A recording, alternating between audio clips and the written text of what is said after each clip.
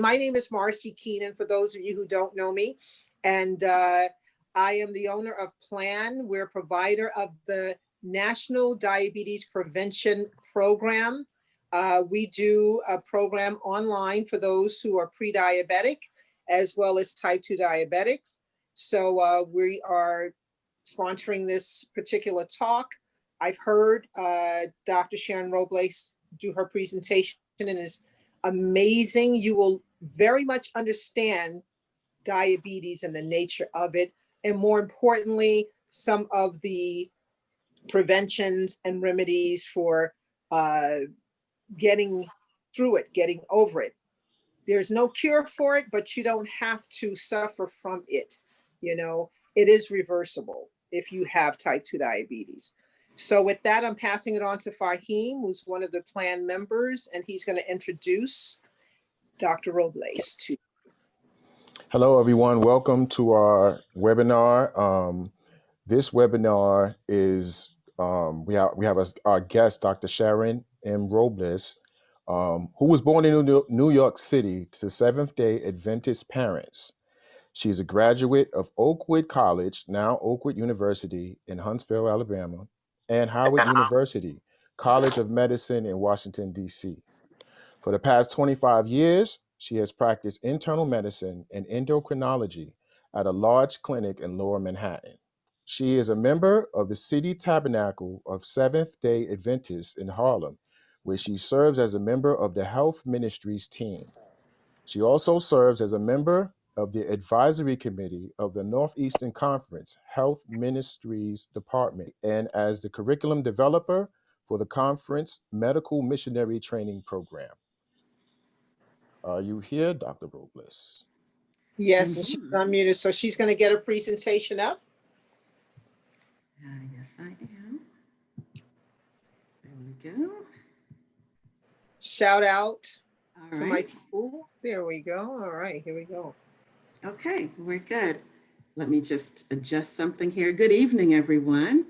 It's really a pleasure for me to be with you. And I really want to thank Marcy for the invitation to spend some time with you this evening. I trust that we will have a really great time together. Let me go back here. So our topic this evening is diabetes, what you should know from head to toe. And let me just remind you that the information that I'm providing is not intended to substitute for the personalized professional recommendations of your own healthcare providers. It is for educational purposes only. So let's look at some statistics.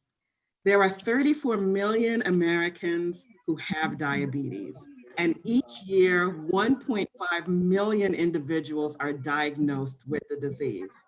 Those are some pretty significant numbers, but probably even more concerning are the number of people who are at risk of developing diabetes. About 1 in 3 Americans have what we call pre-diabetes, and up to 84% of them don't even know that they have that. So let's talk about what diabetes is. I guess everybody here knows that diabetes has to do with the blood sugar being too high. And that happens because of one of two issues. Either the body is not producing enough insulin or the body is not using insulin properly. And it's important that we understand why insulin is important in this story at all. So when we eat, the body turns much of what we eat, especially the carbohydrates, into blood sugar. And the blood sugar is what the body uses in order to have energy to carry out its regular functions. That sugar that ends up in the bloodstream needs to then get into every cell of the body. Brain cells, heart cells, kidney cells, liver cells, the sugar needs to get everywhere. The way that the sugar gets into the cell is through little doors, I would call them, on the cells. But the doors are locked. And so in order for the doors to be opened, obviously you need a key. Insulin is the key that opens up the door. Once the doors are open, then the little glucose molecules can make their way into the cell, and the cell then has the energy that it needs to function properly. So this understanding that will help us understand the different types of diabetes. There are basically two main types of diabetes. The first type, type 1, is actually the least common type. In this case, no insulin is being produced. So you can already imagine what the problem is. No key, no doors being opened, blood sugar stays in the bloodstream, and the cells of the body are basically starving. Only about 5 to 10% of people with diabetes have type 1, and these individuals have to be treated with insulin. It's the only option.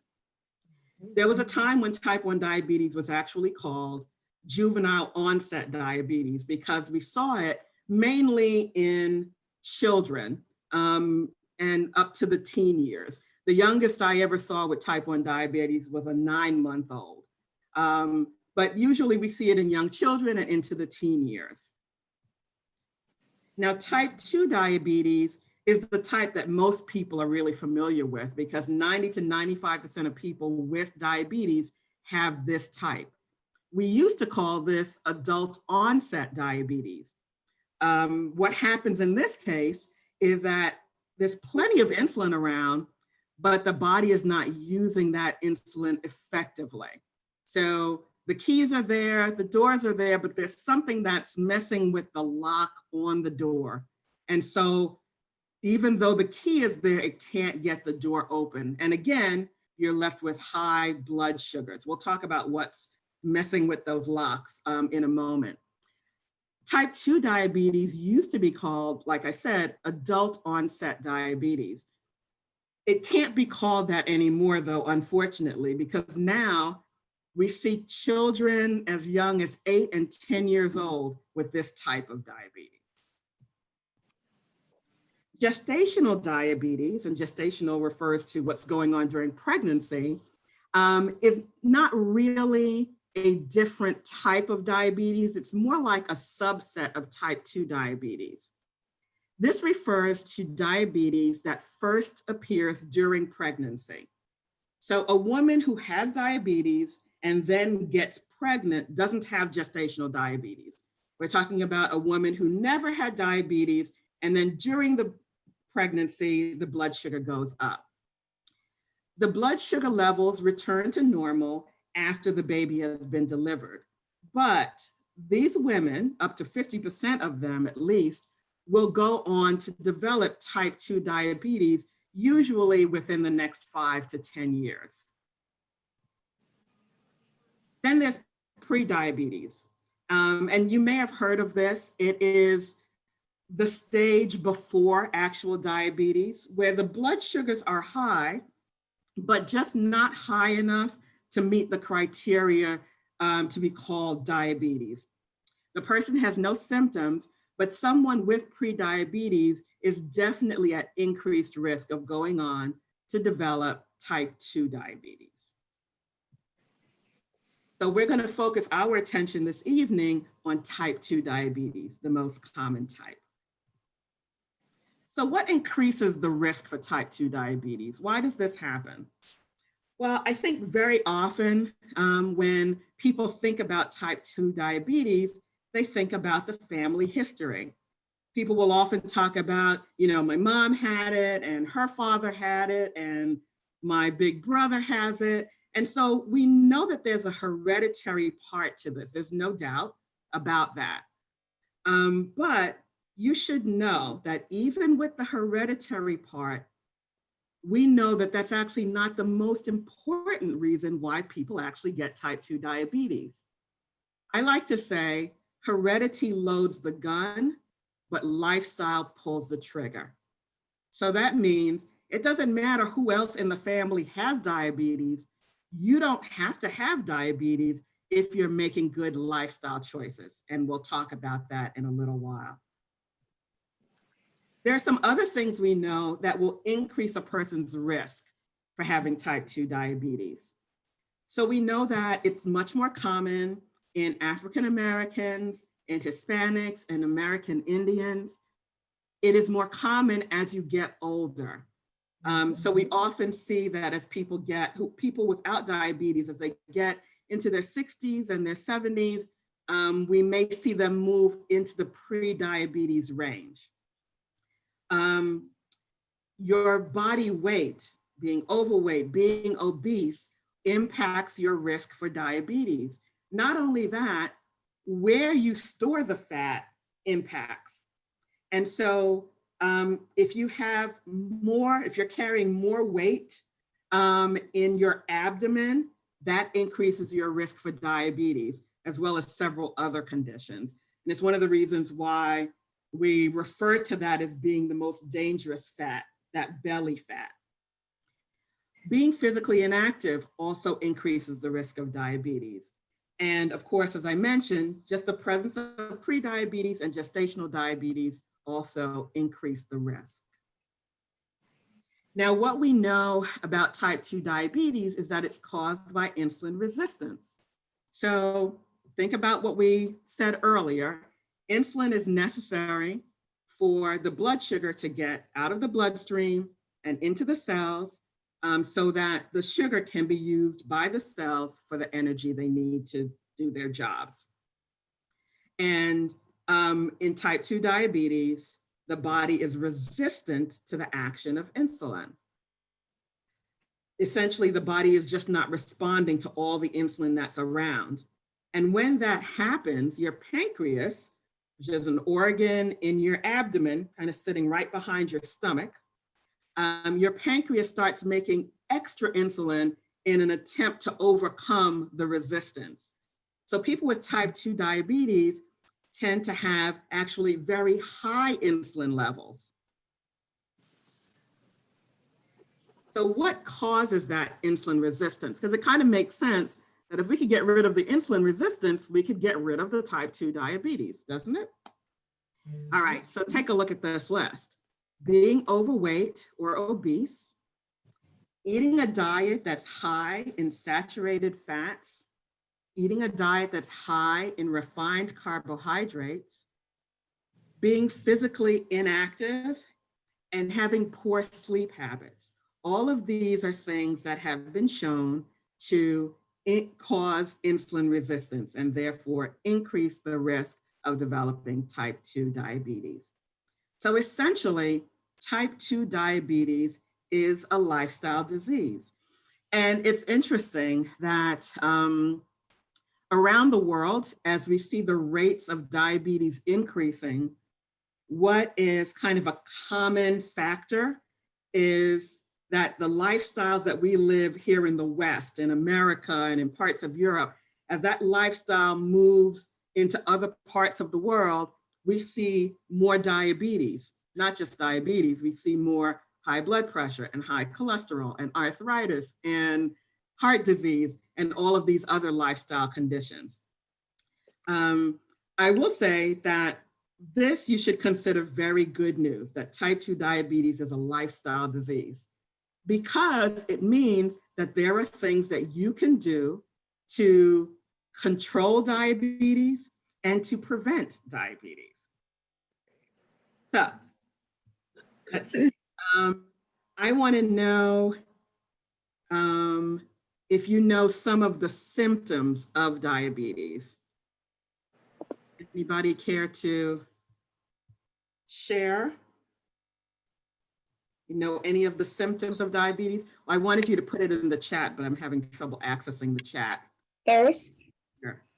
Thirst, very good, yes. Regular trips to the bathroom. Yeah, frequent trips to the bathroom. What else? Itching. Say that again. I think it's itching. Itching. Okay. All right. Sometimes people can have skin issues and very dry skin with diabetes. So yes, that can happen. I heard someone put vision changes, poor wound healing, a sweet smell to the urine. All of those things definitely can happen. We got a smart group on here, Sister Mercy. Okay. All right, wonderful. So here we go. Frequent urination, increased thirst, increased hunger. And if you think about kind of what's happening with diabetes, that makes sense. So for example, with increased hunger, remember the sugar is not getting into the different cells of the body. So the cells feel like they're starving, and actually they are. And so the signal is sent to you to go eat more food, not because there's not enough blood sugar around, but that it's just not getting to where it needs to go.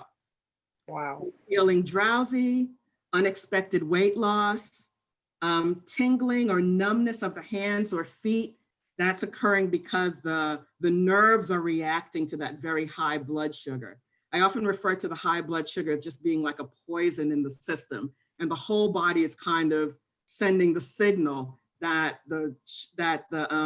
this high sugar is causing damage.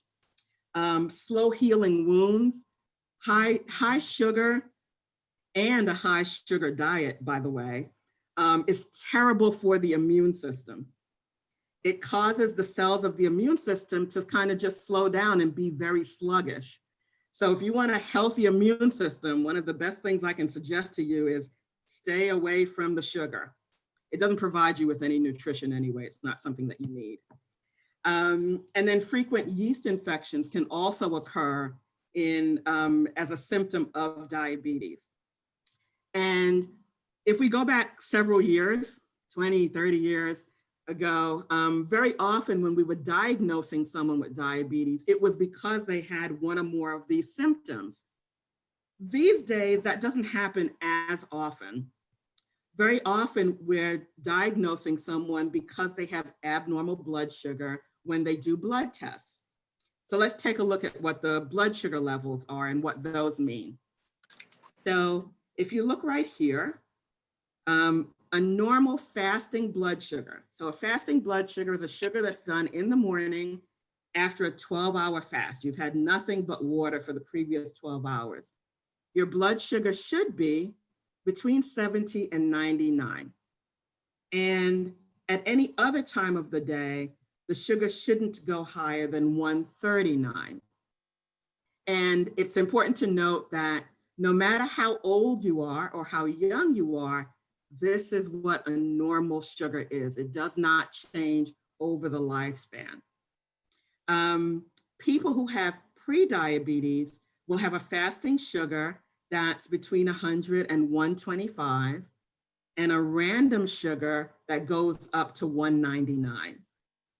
And then once your fasting sugar is at 126 or higher, or you have a random sugar above 200, you have joined the diabetes club. There's one more way that we diagnose diabetes, and that's with a test called the hemoglobin A1C.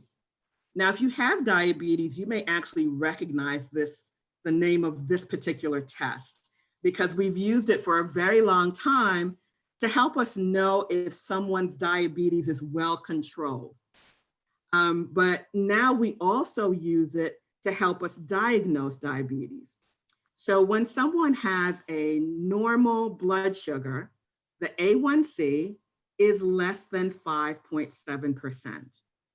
The prediabetes range is 5.7 to 6.4, and at 6.5% or higher is considered to be diabetes. So I often say that when we check your blood sugar, we only know what's happening in that very moment. But the A1C gives us a picture of what's happening or what has been happening with your blood sugar for the previous 3 months. So the blood sugar is like checking your wallet and finding a $10 bill. That's how much money you have in your wallet. That doesn't tell me how much you have, what your assets are. The hemoglobin A1C would be like your assets, all the money in the bank, all the stocks, everything that you have. And so we use all of this information to help us know when someone has diabetes, when they're at risk for diabetes, and whether or not they need help getting better blood sugars. So let's talk about what makes diabetes so dangerous. As I mentioned, the high blood sugar is really like poison in the system. And what it does is it actually causes inflammation in the blood vessels throughout the system. And that's the reason why the problems, or what we call the complications of diabetes, affect the entire body. So the eyes get damaged. What we call diabetic retinopathy, or diabetic eye disease, is the leading cause of blindness in this country. Diabetic kidney disease, also called nephropathy, is the leading cause for people having renal failure and needing to be on dialysis. There's diabetic neuropathy. That means that the nerves are being damaged, and it can cause numbness and tingling in the hands and the feet, but it can also go on over time to cause problems with maintaining a normal blood pressure. It can affect the stomach so that the digestion is impacted. People with diabetes are 2 to 4 times more likely to have a stroke than someone without diabetes. And people with diabetes have a greater risk for cardiovascular disease and being at risk for heart attacks. In addition to that, diabetes affects the gums and can cause tooth loss.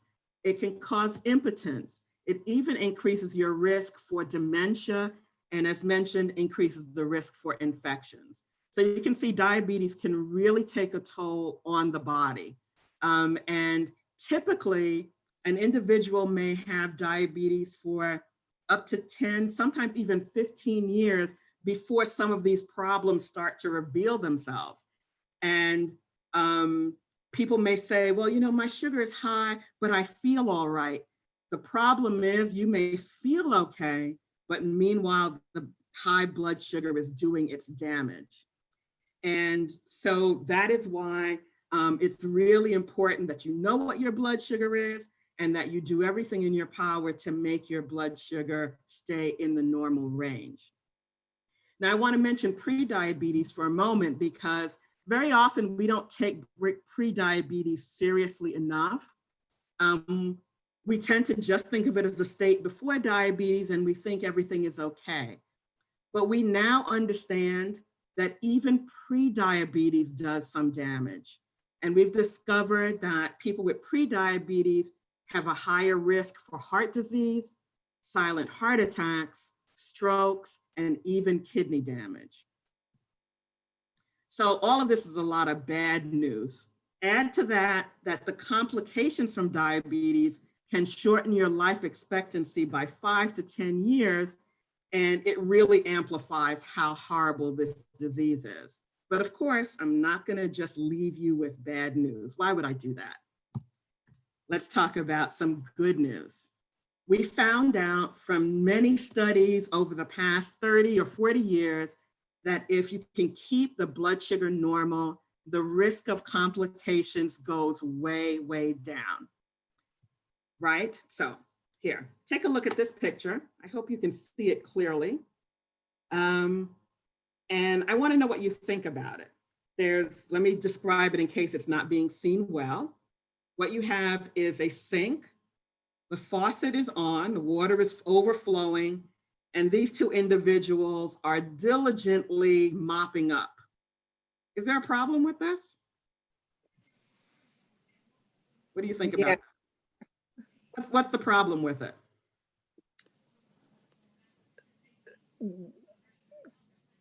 Basically, they need to turn off the faucet, someone has said. The water's still running. Yes, yes. Water needs to be turned off. So, right, so you want to turn off the water because, I mean, these two individuals, and actually you might notice, so this is supposed to be a medical person. He has a stethoscope, right? So the problem is you could stay there for the rest of your life trying to mop up that water. You will never be successful because the water is still running.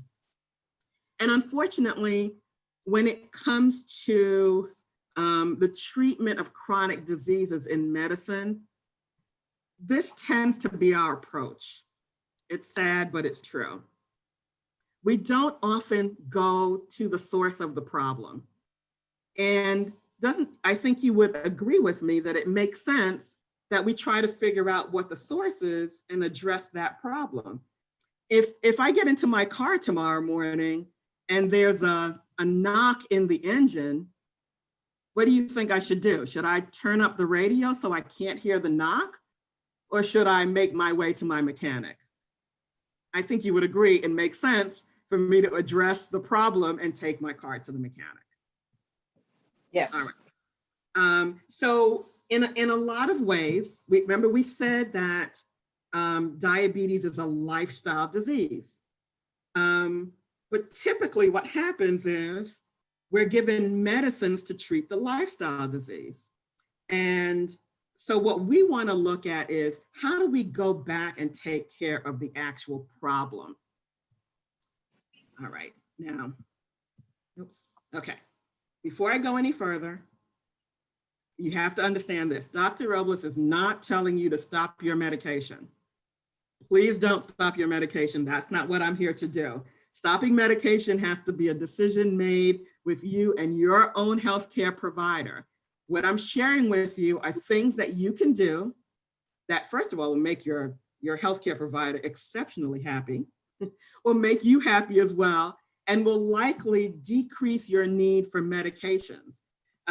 We don't often talk about this in the healthcare field, but diabetes is type 2 diabetes is a reversible disease if we address the problem.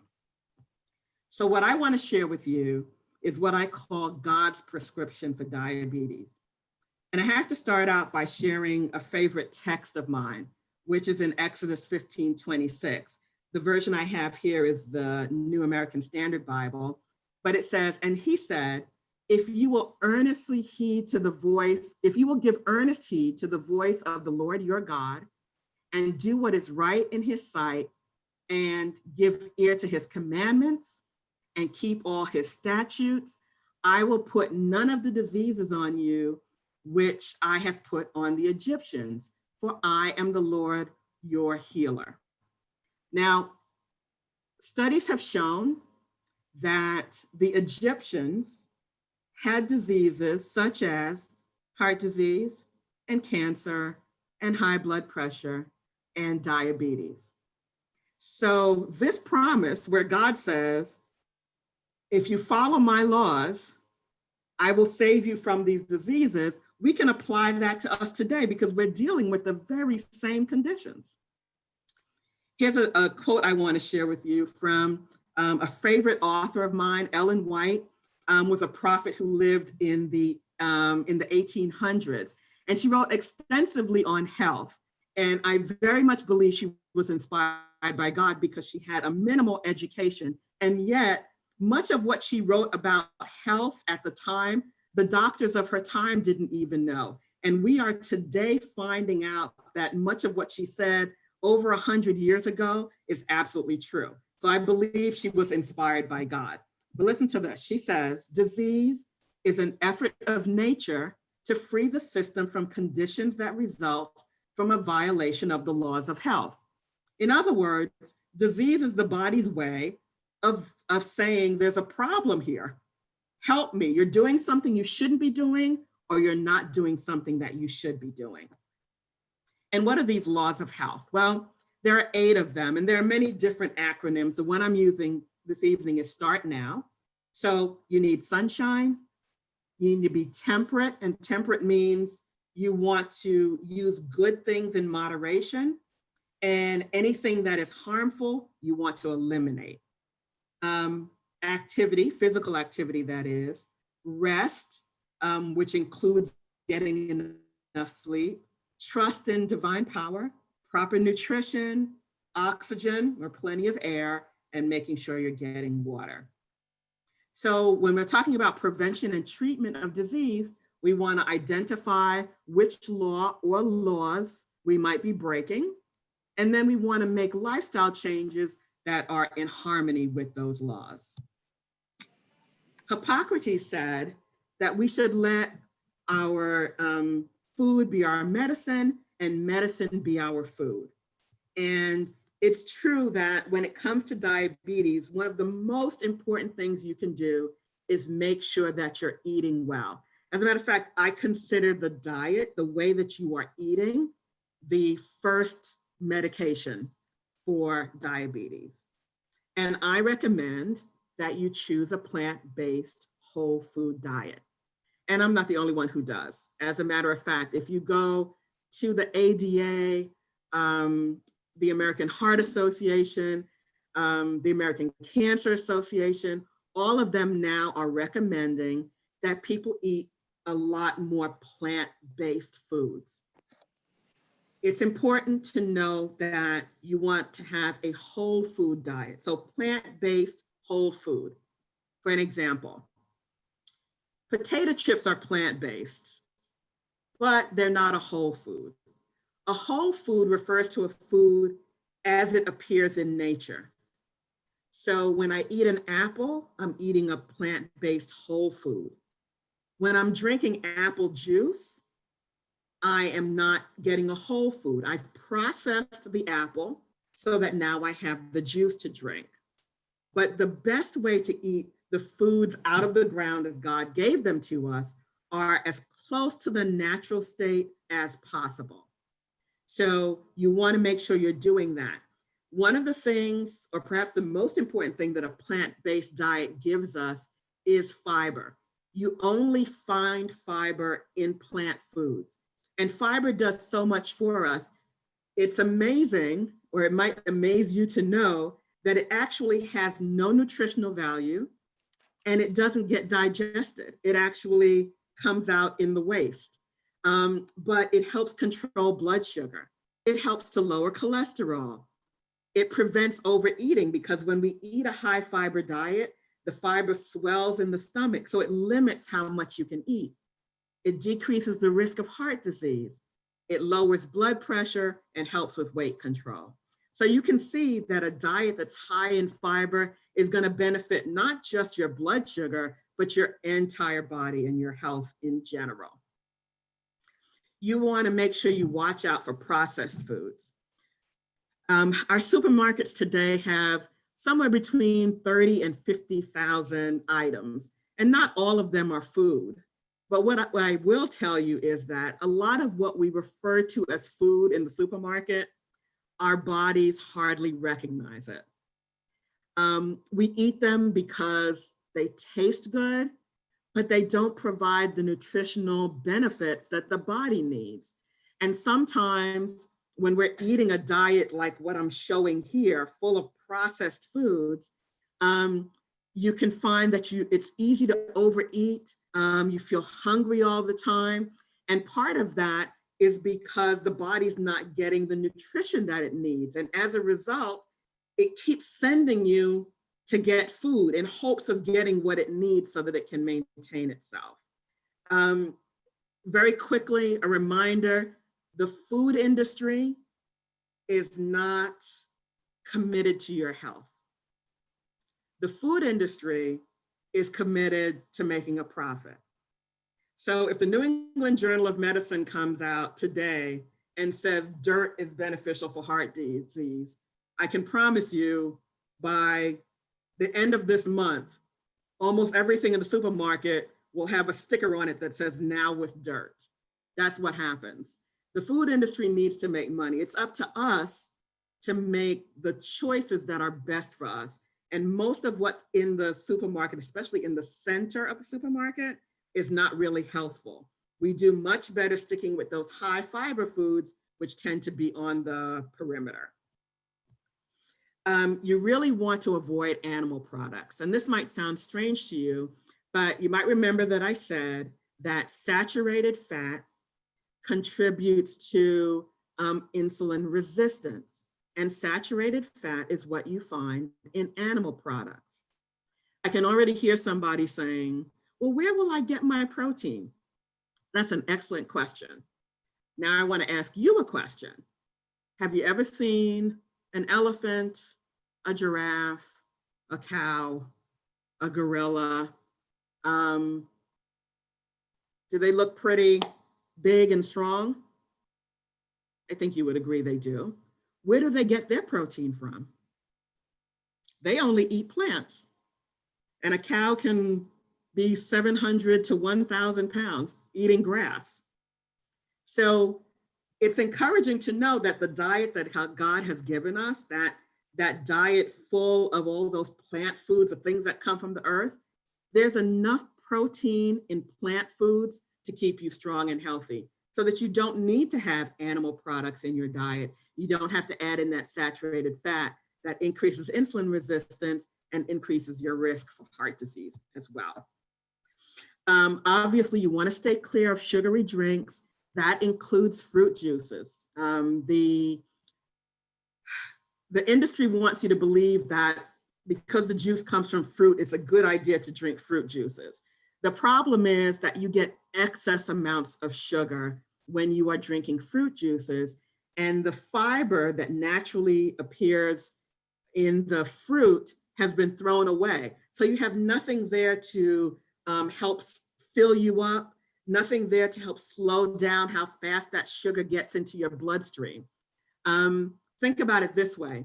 When someone has a low blood sugar, right? If you have somebody with a low blood sugar, what's one of the first things that people go to get? What's the first thing people think about in general? Sugar. Sugar. And what do people usually go get? Orange juice. They usually go and get juice. That's the first thing people think of. Okay. But that's fine. If someone's really having a low sugar, you want to get that blood sugar back up to normal. But the reason why the juice works is because it gets into the bloodstream fast and it makes the sugar go up high. But that will happen whether your sugar is 60 or 200. So ideally, you want to stay away from all the sugary drinks. Something else I would recommend strongly is eating heavier earlier in the day. If you can eat breakfast like a king or a queen, eat your lunch like a prince or a princess, and dinner like a pauper, you will see a benefit to your blood sugar, to your weight. Even your blood pressure will likely improve. And you'll probably get better sleep at night, because the body actually likes the stomach to be empty and finish with its work before you go to sleep. So ideally, you want to eat heavier earlier in the day and less food as you move towards the evening. You want to avoid the late night meals. The later you eat in the evening, the higher the blood sugar will tend to be the following morning. So for people with diabetes, you definitely want to avoid eating, I usually say eating anything after 7 o'clock is not a good idea. If you can do earlier than that, that's even better. Okay. We probably all know that exercise is important. We know that physical inactivity increases the risk for diabetes. So exercise should do the opposite. And in fact, exercise does lower the blood sugar. The more active you are, the more energy your muscles need. And so the muscles actually become very sensitive to the action of insulin, and the blood sugar tends to drop when people are exercising. In addition to that, it helps with weight management. People often wonder, well, what's the best exercise to do? I always say the best exercise to do is the one that you enjoy, because if you don't enjoy the exercise, you're not going to do it. But walking, you should know, is actually very, very good exercise. Almost everyone can do it. It's easy on the body, and even for people who may be overweight and have some issues with arthritis, they can get some benefit from doing some walking. And you can increase the intensity as much as you like. So you can include hills, and you can walk faster, you can walk longer distances as you get accustomed to the exercise. I often encourage people to use walking as their form of exercise. Can I ask a question? Just when you were mentioning sleeping, and you said by 7 o'clock. So if you were given a number of hours that people should have between when they go to sleep and have their last meal, what would that be? Yeah, so ideally you want 3 hours between your last meal and when you're going to sleep. Okay, 3 hours. Thank you. That's the ideal, right? And just on that point, your stomach doesn't know the difference between the full meal and a snack and just munching on something. Those are little terms we use. Whether you eat a full meal or you have, a few almonds, your stomach has to go through the same process, just like a washing machine. If you wash one shirt or 10 shirts, the washing machine has to go through the same process. Your digestive system has to do the same. So it's important that you know that. And your stomach considers any food a meal. So your last food ideally should be 3 hours before you go to sleep. Ideally, you want to increase your physical activity up to 150 minutes of exercise each week, what would consider moderate intensity. For people walking, moderate intensity is considered like around walking 3 miles, 3 miles an hour. And of course, if you have not been exercising, you have to build up to that. And the most important thing is that if you're planning to exercise, if you're thinking about exercise, you must talk to your healthcare provider to make sure that what you're deciding on is going to be safe for you. Obviously, you want to strive to maintain a normal weight. And much of what I've spoken about already will help you get there. But it's exciting to know that for people with diabetes, just losing 10% of your body weight can significantly decrease your blood sugars. And losing 10% of your body weight if you're pre-diabetic can actually take you out of the pre-diabetic range back to the normal sugar range. So maintaining a normal weight is indeed important. You want to make sure you're drinking lots of water. So although we may like the taste of many things, water is the liquid that the body needs. Almost everything your body does requires water. You're losing water all the time. And a high blood sugar can especially cause you to become dehydrated. That frequent urination that happens when the blood sugar is high is occurring because the kidneys are working overtime to try to get rid of the extra sugar. And so you definitely want to make sure that you're replacing that on a regular basis. All liquids have water in them, but the problem is if I drink, let's say, a glass of juice, I'm forcing my body to digest the juice so that it can get the water. But it had to use water to digest the juice. So that would be like me telling Marcy that I have $1,000 for her, but then I tell her she has to go to Chicago to pick it up. I'm forcing her to spend money to get money. So my suggestion is don't do that to your body, just drink water. Now sleep. Poor sleep can have a negative impact on our blood sugar. As I said, if we go to sleep late, that can cause us to have high blood sugars the next day. It can actually also cause you to have higher blood pressure the next day. And a lot of people with diabetes also have high blood pressure. So you want to aim to go to sleep by 10 o'clock. Now, why 10 o'clock? I know some people might be thinking that's pretty early. It's interesting that when we study the hormones in the body, that the hormone melatonin, which you've probably heard of and which helps with sleep, actually starts to rise around 9 o'clock in the evening. Cortisol, which is a hormone that tends to keep us up and moving, starts falling somewhere around 8 to 9 o'clock in the evening. So regardless of what we do, the body still carries out the actions in order to get to sleep by a certain time. And we can force the body to stay up. We can stay up all night if we want to. We can stay up till 2 or 3 o'clock in the morning.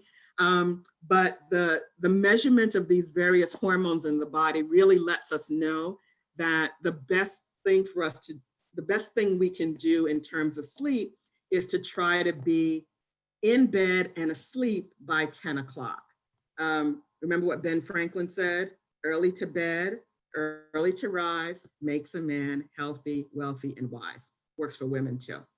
All right, and then stress. Stress is a big one. Stress absolutely can increase the blood sugar. The body is designed to put out blood sugar at times of stress. So, for example, imagine that you leave your home tomorrow morning and all of a sudden you hear a dog barking and then the dog is chasing you. Well, your body needs to get you ready to do something. You're either going to fight the dog or you're going to run. Either way, you need energy. And so in that moment, the body increases the amount of blood sugar that goes into the bloodstream so that the muscles have what they need to act. The problem is that in today's society, many of us are just chronically stressed. And so that just keeps the blood sugar high much of the time. In addition, when we're stressed out, we're much less likely to take care of ourselves. We tend to not want to do the exercise, and the foods we want to eat are probably the foods that we consider our comfort foods, which oftentimes are not the healthiest foods for us. And so it's important to learn how to manage stress. Some of us need to learn how to say no because we're trying to do everything for everybody else. Some of us need to figure out how to live better within our means so that we don't have to be stressed all the time. And some of us have to, or all of us should, work on our spiritual lives and our faith relationship and put our trust in God so that we don't spend time worrying about things that He has already taken care of for us. I also want to encourage you to be consistent with medical care. When you follow up with your doctor or whoever your medical provider is, that's when you get to find out how well you are doing, or whether or not there's something that is of concern and needs to be addressed. The earlier we deal with issues, the better chance we have for a great outcome. So make sure you're consistent with your care, get your blood tests. People with diabetes should be seeing the eye doctor at least once a year, a foot doctor at least once a year, following up with your dentist at least once a year, just to make sure that you're taking care of every aspect of your health. And you absolutely can win against this disease. I know that sometimes people can feel really discouraged when they have diabetes because they don't seem to be getting better. But I promise you, if you start practicing the things that I've spoken about this evening, you will get better. And the bonus is, because diabetes is a lifestyle disease, when you start actually addressing lifestyle, not only does diabetes get better, the other lifestyle diseases get better too. So the weight goes down, the pressure goes down, the cholesterol goes down, even the joint pains can improve when you start making these kinds of lifestyle changes. So I could go on and on. I could just keep talking, but I won't. I'm noticing the time and I think we probably have some questions. So I'm going to stop sharing this. I want to thank you for your attention and I will try to answer some of these questions. Thank you so much, Dr. Robles. Very informative. I appreciate it. So please put the questions in the chat so that she can address them. Someone did have a personal question, but I think that people can learn from it. Sure. Where is it? Can you see the screen? I'm trying to see, there are no comments, so I am Okay, so I'll read working it. my way through. She says, my fasting blood sugars and my random blood sugars are always normal, but my hemoglobin A1C has consistently been about 5.8 to 5.9 on my annual physical. I have no chronic medical problems, take no medications, exercise, and eat pretty well. BMI with the normal range for my height. My doctor says prediabetes, but I don't consider myself to be. What are your thoughts? So the numbers you're giving me are right on the border, and I'm not sure. It may be that there are times when your sugar is going a little above. Remember, there are so many things that are impacting the blood sugar. And it's good to hear that you are maintaining a good weight and you're exercising. Pay attention to your diet. That could be it. Pay attention to the sleep. It may be something relatively simple that you're doing on a regular basis that's having that impact. I hope that helps a little bit. But I know that you don't consider yourself pre-diabetic, but if your A1C is at that level, then you are. You're mildly pre-diabetic, and ideally, I'm sure what your doctor wants to see and what you would like to see is that you drop back down into the normal range.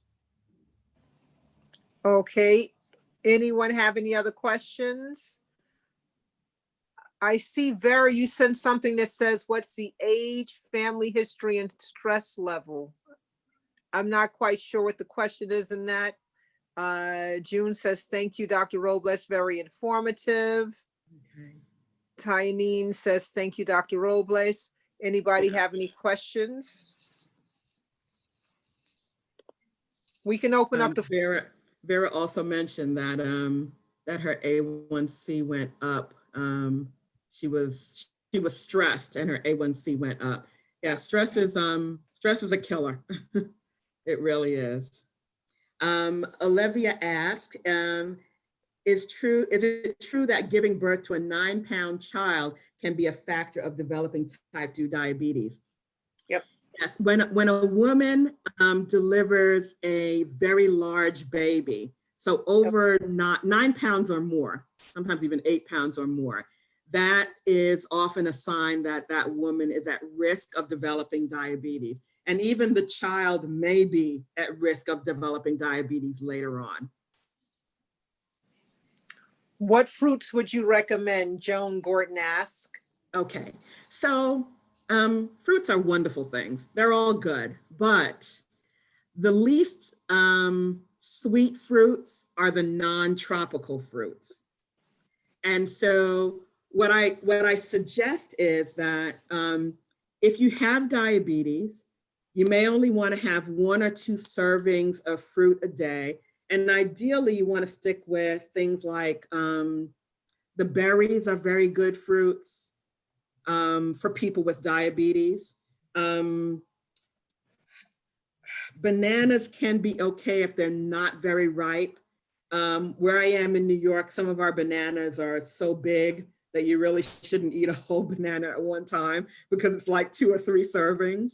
A small apple is good, a small orange. Those are also good. The fruits that might get you into trouble are things like the mangoes, which are fabulous, but are very, very sweet. Right. Of course, the ones we love, right? Of course. Of course. So someone, I believe, was asking, what do you do to get the weight off? I believe the question is. Okay. So weight is a really complex issue. So many things are a factor. So your sex, your age, those are 2 big things. All the women on here will agree with me that a significant shift takes place when you get into your 30s and then into your 40s, and your body doesn't actually act the way it did. But getting the weight off is going to be a combination still of paying attention to how you're eating. So it's not just what you're eating, it's how much you're eating and when you're eating it. So you've got to pay attention to all those pieces. And then the regular exercise and just knowing where you are in the life cycle. So, you know, when you're 20 or 25, you can think about weight loss and lose 5 pounds. You get to be 50. I remember my mom used to say she just had to walk past the food and she would gain weight. And that's what it feels like. You just have to walk past the food and you gain weight. And so, but you have to realize that. You want to aim to lose no more than 2 pounds in a week. If you lose weight rapidly, you're much more likely to gain it rapidly. Don't waste time with the fad diets. You can lose weight doing that, but you won't be able to sustain the weight loss, and you're likely to eat back even more weight than you lost. We've discovered that not getting enough sleep at night also impacts your weight. So all of the things that I mentioned will have a positive impact if you are trying to lose weight. Sylvia, can you come off of mute? Because I didn't understand the question, so you can ask directly. Certainly. Thank you, Marcy. Very informative, Dr. Robles. For those who partake in distance running, I neglected to add that in the chat. Carbs are suggested. How should you balance your consumption? So, unfortunately, carbs have really gotten a bad rap. And that's because sometimes we're not making a distinction between good carbs, good healthy carbs, and those that are not healthy. So again, going back to the diet given to us by the Creator,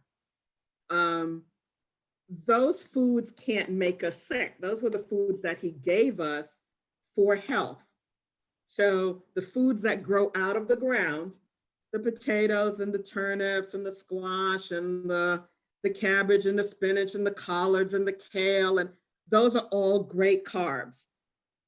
Once we move into the processed carbs, like the pasta and the candies and the cakes and the things filled with sugar and the like, we're not going to get the kind of energy that the body needs, because those foods tend to get turned into simple sugars that get used up quickly. So when you take in a simple sugar like juice or candy, the pancreas sees all this sugar coming, makes a lot of insulin because it doesn't want the sugar to be high, and it can drop the sugar rather quickly.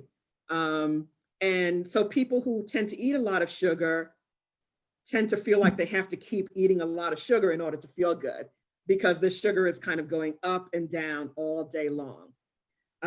So for distance running, you want to make sure that you're eating those good complex carbs to give you the energy that you need to run.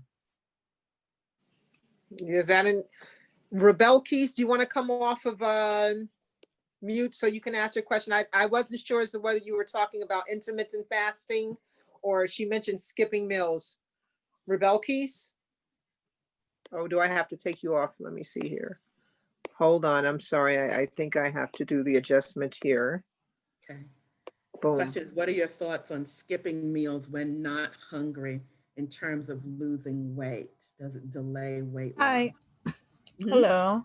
That's Thank you, Dr. Robles, for your very helpful information. I was wondering, what are your thoughts on skipping meals? Not excessively, but in terms of whenever you don't feel hungry at lunchtime, let's say, and then you would rather not eat anything and then just have dinner normally. Okay, so it does depend on why you're skipping the meals. So just as an example, if you eat late at night, you may not feel hungry in the morning for breakfast. Digestion is a process that uses a lot of energy. And so if you eat late at night and your poor digestive system is working through the night to take care of that meal, when you wake up in the morning, your digestive system is basically saying to you, don't you dare send any food down here. I worked all night. I don't want to see anything. So you don't want to eat. And what we've discovered is when people skip breakfast, they very often end up eating more calories in total over the course of the day. So it's one of the reasons why we actually encourage people to eat a good breakfast. Gets your metabolism going, so you start burning up some calories, and you're less likely to overeat the rest of the day. Now, if you're eating a good breakfast, you may not want to have lunch. So for example, I sometimes eat my dinner for breakfast. If I do that, I'm never hungry at lunchtime. I'm still full. So my next meal, so if I eat my breakfast at 7 or 8, I may not even be thinking about food again until, 2 o'clock or 3 o'clock in the afternoon. And that's fine. And as a matter of fact, that's what is considered intermittent fasting these days. What you don't want to do though is have that second meal be at 6 or 7 o'clock in the evening. That wouldn't be ideal. Okay. Yeah, understood. Thank you very much. Okay, you're welcome. All right. Any other questions? I think we got them all. Marcy, you're muted. I hear you talking, but I don't hear you.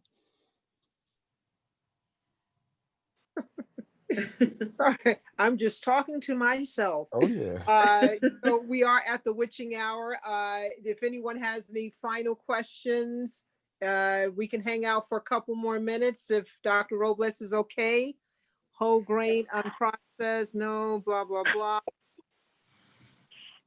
Sister Hilda Campbell has a question. Hello, Sister Campbell. Hello, Dr. Robles. Do you actually know anyone who's able to reverse their diabetes? Yes, ma'am. Pardon me? Yes, ma'am. No, I have diabetes and I did not know the cause. But as I read, I was one of those persons who stayed up until after midnight, writing lesson plan, checking paper, getting everything done, which is a must before I go to sleep. Mm-hmm. So now I'm retired. Okay. My A1C holds at 6.1, 6.2. But my doctor thinks it can still be lower. I would like it to be lower and reverse it. So now if I obey, which is difficult for me to go to my bed at 10 o'clock, it's so ingrained in me. If I go to bed at 10, I'm up at 12:30.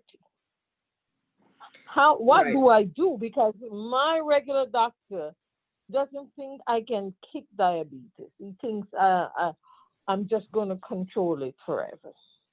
Right. That's what many of my colleagues feel. It's interesting because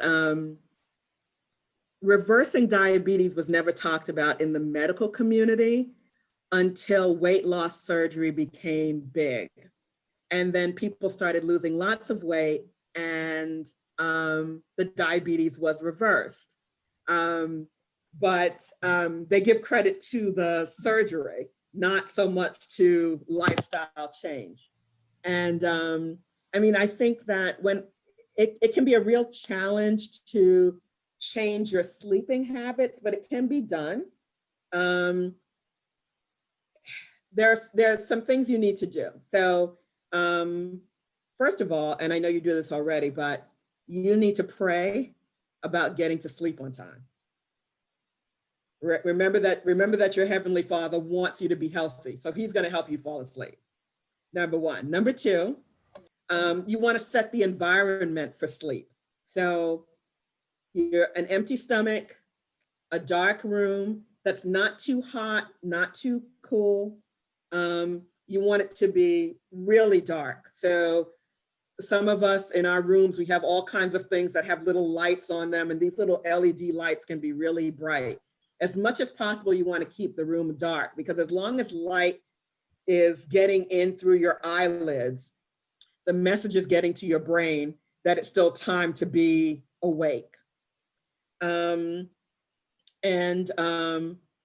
You doing regular exercise during the day, not in the evening close to bedtime, but during the day, actually helps you to sleep better at night. If you can do that exercise outside and get sunlight, that's even better.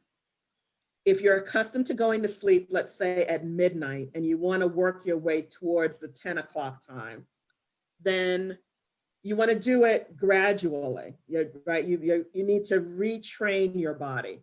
And so instead of, if you literally get into the bed at 12 midnight, start getting in the bed at 11:45. And an hour before you get into bed, you want to start winding down. Turn off the news, please. I don't. Turn off the news, please. Put away the work. Start to relax your mind. Your body needs, for most of us, we're going, at 100% all day long. You've got to give your body and your mind a chance to come down. So if you're going to take a warm bath or a warm shower, whatever you do, whatever your ritual is, do that religiously every night so that your body knows, oh, it's time to wind down, and you can start to relax. And then as you get accustomed to falling asleep before midnight, you start moving back the time when you are getting into bed, and you will eventually be able to go to sleep at a much better time. Okay. I have a comment. Thank you. But I have a another question. What do you do when your doctor recommends something that you know is not healthy? Recently, I had a severe toothache. I got oral surgery, and then I was given antibiotics. And I have to take this thing every 6 hours. So I'm up times in the night that I would not normal. I have to call my dear tenant who's working overnight to call me 2 o'clock, 4 o'clock. So how do I kick that? The doctor, I have to take this thing every 6 hours, which brings me to ungodly time of night. Right. How could I circumvent that? So, all right. So some things, whatever we want to do with wisdom. If you're being given antibiotics, you have an infection, and you don't want to play around with that, because that can get you into serious trouble down the line if it's not properly treated. Usually antibiotics are for a relatively short period of time, and it may be disruptive, but it's not a permanent disruption. If you're being advised to take a treatment that you don't agree with, I suggest that you have a conversation with your doctor or your medical provider about the pros and cons of accepting or refusing a particular treatment. Ultimately, the decision is yours, but you want to make the decision based on information, real good information. That's probably the best I can tell you without getting into any real detail about your situation. Okay, so we're going to take 2 more. I'm sorry, one moment, please. Yeah. One moment, please. We're going to take 2 more questions, and then we're going to end the presentation. Someone asked, hold on, where's the question about? Is that the How apple does and the vitamins? fasting affect your sugar levels? How does fasting affect your sugar levels? So these amazing bodies that we have include the wonderful liver. And even when you are fasting, the liver has the ability to produce blood sugar and keep you going along just fine. So for someone who doesn't have diabetes, is not on diabetes medication, even if you don't put anything in your mouth all day long, your blood sugar should always stay normal. Wow. It won't change.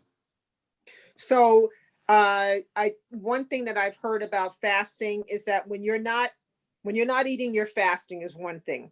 And that when there's no carbs, once the carbs are burnt out, then your body actually starts to use the fat that is stored for energy. Yes. Can you talk a little bit about? It will do that. So yes, if you're out of carbs, then yes, the body will start to use fat. That's part of the whole reason why a lot of people do keto diets with less carbs, because then it forces the metabolism of fat. It's important to know, though, let's going back to good versus bad carbs. Right? So really, people who are doing keto diets, although they tend to be eating a lot of protein and probably a lot more protein than they actually need, they're not on a no carb diet, they're on a good carb diet. And as long as you're eating the good carbs, again, you're getting lots of fiber, very hard to overeat, and your body's going to start burning off that excess fat from that as well. So you don't actually have to get the full ketosis. Your body doesn't want the excess fat either. So it's going to do its job to get rid of that too. Okay, so we'll end with Sophia's question. What happens if you blend apple and Vitamix with ginger? This has fiber, so does it still impact the sugar level?